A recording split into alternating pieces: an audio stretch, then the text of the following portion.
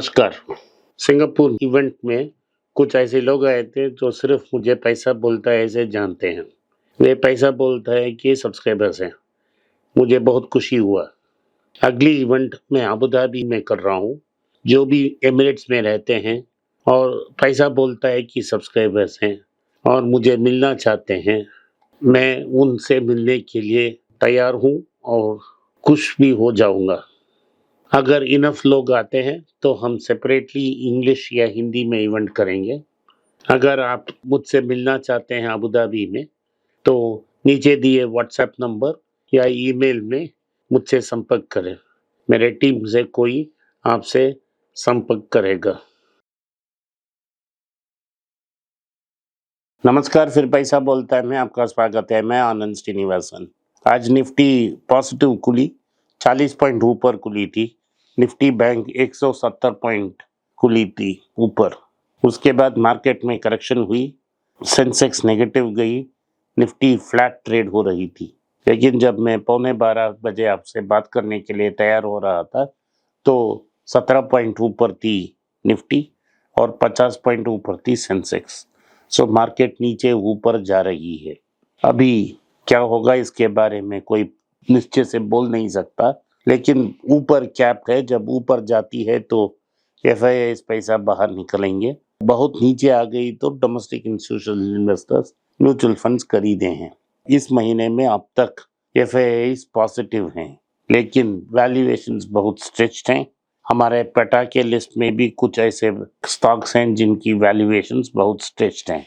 तो हम patiently wait करेंगे कि हमको जब मौका मिलेगा तब हम उसका इस्तेमाल करेंगे। खरीदने के लिए एक्सपेंसिव स्टॉक्स खरीदना बेकार है। आज गोल्ड में एक बड़ा जंप हुआ। आज नहीं हुआ, पिछले 2 दिन में हुआ है। 1 ग्राम क्या 130 से लेके 140 रुपया ऊपर चला गया। 22 कैरेट का सोना 6,880 रुपया में ट्रेड हो रहा है और 24 कैरेट गोल्ड 7,505 में ट्रेड हो रहा है। निर्मला जी ने जो रेट काट की थी कस्टम्स की, जिससे वो 300-400 रुपया की करेक्शन आई थी, वो बिल्कुल क्लीन अप हो गई, वापस ओरिजिनल रेट तक पहुंच गई है गोल्ड। तो रेट काट जो 9% उन्होंने की, उसका इफेक्ट वैनिश हो गया। सोने रॉकेट पे चल रहा है। अगर आपको खरीदना था तो आप उस ब्रेक में खरीदते थे, लेकिन अगर आपको सोना का इस्तेमाल होना है तो आप भी अब खरीदना का वक्त अभी है, क्योंकि अगले 18 महीनों में रेट कट्स आएंगे और गोल्ड बहुत ऊपर चले जाएगा। तो अगर आपको सोने खरीदने का नेसेसिटी है तो आपको अभी ही खरीदना पड़ेगा। अगली 48 आवर्स में यह मोहब्बत आएगा कि यूएस भी रेट कट करेगी।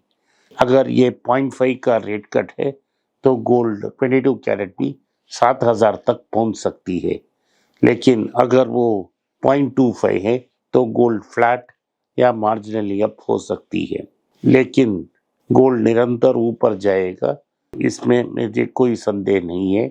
अगले 1 साल में 1 to 1.5% रेट कट होगी यूएस में मिनिमम, और शायद 2.5 तक जा सकती है।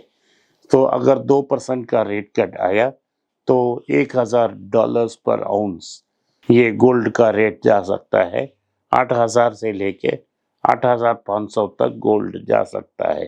तो ये मिनिमम प्रोजेक्शन है, ये हमारा बड़ा आइडिया है। मेरा सोच भी यही है कि गोल्ड 8,500 पर ग्राम तक जा सकती है। तो बजाज हाउसिंग फाइनेंस एक बड़ा धमाकेदार रैली लॉन्च हुआ, उसमें 150 रुपया लिस्ट हुआ। 70 रुपया का शेयर 150 रुपया में लिस्ट हुआ। मैंने को आपको पहले ही बोल दिया था कि ये लॉटरी है। अगर आपको लॉटरी लगा है तो आप बेचो मत, क्योंकि ये हीरा का सुई है और ऊपर जा सकती है और ऊपर जाकर आपको और बड़ा प्रॉफिट्स मिलेगा। 70 रुपया में आपको कभी नहीं मिलेगा। ये 6,550 करोड़ का आईपीओ है। ये सबसे बड़ा आईपीओ है इस साल का। इसे 67 से लेके 67 टाइम्स अर्निंग्स तक 66 टू 60 टाइम्स 67 टाइम्स तक ये ओवर सब्सक्राइब हुआ। बजाज हाउसिंग फाइनेंस का एएम लगभग 1 लाख करोड़ तक पहुंच गई है और जो प्रॉफिट्स हैं वो लगभग 31% ग्रो हुई है।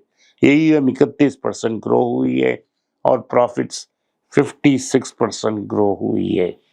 ये सारी स्पेस में है जो property related finance, home loans, mortgage homes, commercial real estate homes, renovating residential, ये सब के लिए ये कर्ज देती है। ये आरबीआई द्वारा अपर लेयर एनबीएफसी कैटेगराइज कर चुकी है। तो नेट प्रॉफिट 1731 करोड़ रुपया तक उनको मिल चुकी है। ये एक बड़ा अच्छा कंपनी है। अगर आपके पास बजाज फाइनेंस हो तो आप इसको ओन करते हो। अगर आप बजाज होल्डिंग्स को भी ओन करते हो तो भी आपकी पोर्टफोलियो में ये जरूर होगा, लेकिन इसे आज इस दाम में खरीदना उचित नहीं आएगा। तो आप क्या कर सकते हो? तो मेरा ओपिनियन में ये हो सकता है कि आप आईडीएफसी बैंक को कंसिडर कर सकते हो। 6 साल पहले जब आईडीएफसी बैंक ने फर्स्ट कैपिटल ने आईडीएफसी से मर्ज कर आईडीएफसी फर्स्ट बैंक को फाउंड किया तो उन्होंने कुछ गोल सेट किए थे। पिछले 6 साल में जो जो गोल उन्होंने सेट किए हैं वो सब उन्होंने अचीव कर ली हैं। इसके बारे में मिंट में एक बड़ा आर्टिकल आया है, मैं आपको इधर डाल दूंगा, आप इसको डिटेल से पढ़ सकते हो। तो पब्लिक प्राइवेट सेक्टर बैंक्स की average books to earnings 2.6 times है, इसका बुक्स टू अर्निंग्स 1.6 टाइम्स है। तो मेरा ख्याल से ये वापस 93 टू 95 रुपीस तक जा सकती है, 100 रुपया तक जा सकती है, लेकिन बहुत देर भी लग सकती है। जैसा पीटर लिंच ने चार्ली रोज को एक इंटरव्यू में कहा था, इस जैसे कंपनियों में बहुत देर लगती है, लेकिन अगर अर्निंग्स कंसिस्टेंटली ग्रो हो रहे हैं तो मार्केट इससे कैचअप कर लेगी एक दिन।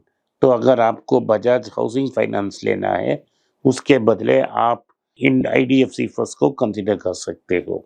तो ये रहा बजाज हाउसिंग फाइनेंस के बारे में। टाइटन ने अनाउंस किया है कि वो हीलियोस, उनकी जो मल्टी ब्रांड वॉच शोरूम है उसमें एक इटालियन ब्रांड यू बोट को ऑन बोर्ड करेंगे और उससे इस मार्केट को और एक्सपेंड करेंगे। लगभग 93 सिटीज में 240 हीलियोस स्टोर्स उनके पास हैं और उनकी सेल्स बहुत तगड़े रूप से एक्सपेंड हो रही है। जो टाइटन की वॉचेस एंड वेयरेबल्स डिविजन्स हैं वो लगभग 3000 करोड़ की टर्नओवर कर रही है। टाइटन आपको पता होगा कि टाटास और तमिलनाडु इंडस्ट्रियल डेवलपमेंट कॉर्पोरेशन के बीच की एक जॉइंट वेंचर है। तो तनिष्क भी नहीं, टाइटन खुद ही अच्छा परफॉर्मेंस लेकर आ रही है। ये रहा टाइटन के बारे में, लेकिन टाइटन हीरे की सुई है, अभी इसको कंसिडर नहीं किया जा सकता है। लोग बोलते हैं कि हर बार मैं हीरो की सुई के बारे में बात करता हूँ, आपको अच्छे स्टॉक्स नहीं बोलता हूँ। तो अगर आपको टू व्हीलर्स में एंटर करना है, एक दूसरा एग्जांपल दे रहा हूँ, अगर आपको टू व्हीलर्स में एंटर करना है तो आप ट्रेडिशनली हीरो मोटर्स, टीवीएस और बजाज को कंसिडर करेंगे। आप ओला को कंसिडर मत कीजिए। निशा गौरी नाम की एक लड़की जिसने बाय मिस्टेक ओला को खरीद ली थी, वो बेंगलुरु की सड़क में घूम रही है अपने स्कूटर में एक प्लेकार्ड डाल के, मैंने जिंदगी का सबसे बड़ा गलती की है, मैंने ओला खरीद ली। लेकिन अगर आप खरीदना चाहें तो मत कीजिए, ये सबसे खराब सर्विस आपको उधर ही मिलेगा। पिछले हफ्ते एक ग्राहक ने शोरूम को भी जला दिया। मैंने पहले ही बोल दिया ओला एक दिन नुकसान करेगा, उसके पास बहुत अच्छा पीआर है, पीआर मिशनरी है, उसके कारण ही उसका स्टॉक चल रहा है। अमर राजा ने एक अनाउंसमेंट में बोला है उनकी टर्नओवर 5 साल में $6 बिलियन तक हो सकती है। उसमें 50% लेड एसिड बैटरीज की होगी और 50% लिथियम आयन बैटरीज। उन्होंने ये भी दावा किया है कि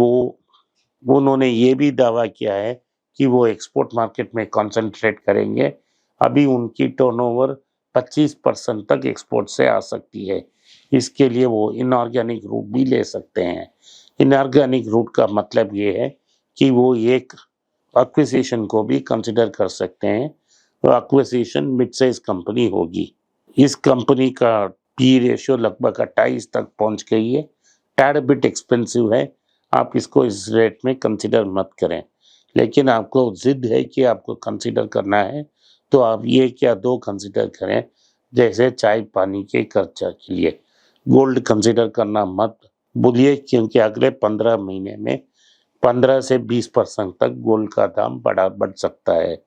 आज के लिए इतना ही। आपने इस पॉडकास्ट को सुना, इसके लिए मैं आपका आभारी हूँ। हो सके तो इस वीडियो को लाइक कीजिए, चैनल को सब्सक्राइब कीजिए और बेल नोटिफिकेशन दबाएं। इस वीडियो को अपने दोस्त और रिश्तेदार के पास भेजें और उनको देखने की आग्रह करें। नमस्कार, धन्यवाद, जय हिंद।